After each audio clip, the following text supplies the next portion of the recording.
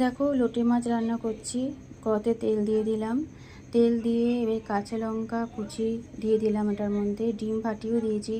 তারপরে চালের গুঁড়ো, বেসন দিয়ে, কালো জিরে দিয়ে ভালো করে, হলুদ ফলুদ দিয়ে ভালো করে সব কিছু দিয়ে মাখলাম। মেখে তারপরে ওটাকে পকোড়ার মতন ভাজলাম। ভেজে তখন না খুব কড়কড়ে হয়েছিল।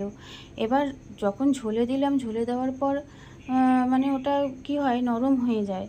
হ্যাঁ, যাই হোক, নরম হয়ে গেলেও কিন্তু জিনিসটা ভালো লাগে খেতে।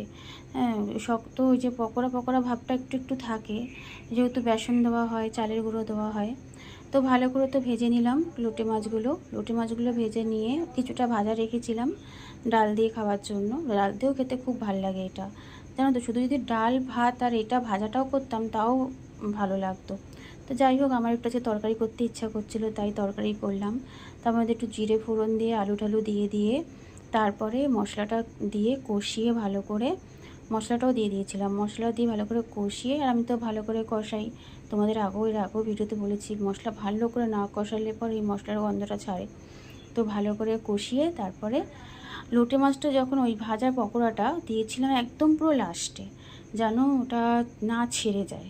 হ্যাঁ, তো তাও মানে ঝোলটা টেনে গেছিলো, তারপরে একটু ছেড়ে ছেড়ে যাচ্ছিলো, কিন্তু তাও জিনিসটা ভালো লাগছিলো। রুটি দিয়ে খেতেও ভালো লাগে, ভাত দিয়ে খেতেও ভালো লাগে এটা। যেহেতু মাখা মাখা ভাবটা হয়। তো লাস্টে ধনিয়া পাতা দিয়ে নামিয়ে দিলাম। তো এরকমভাবেই রান্নাটা করলাম আমি। তো আমার ভিডিওটা কেমন লাগলো অবশ্যই কিন্তু বলো।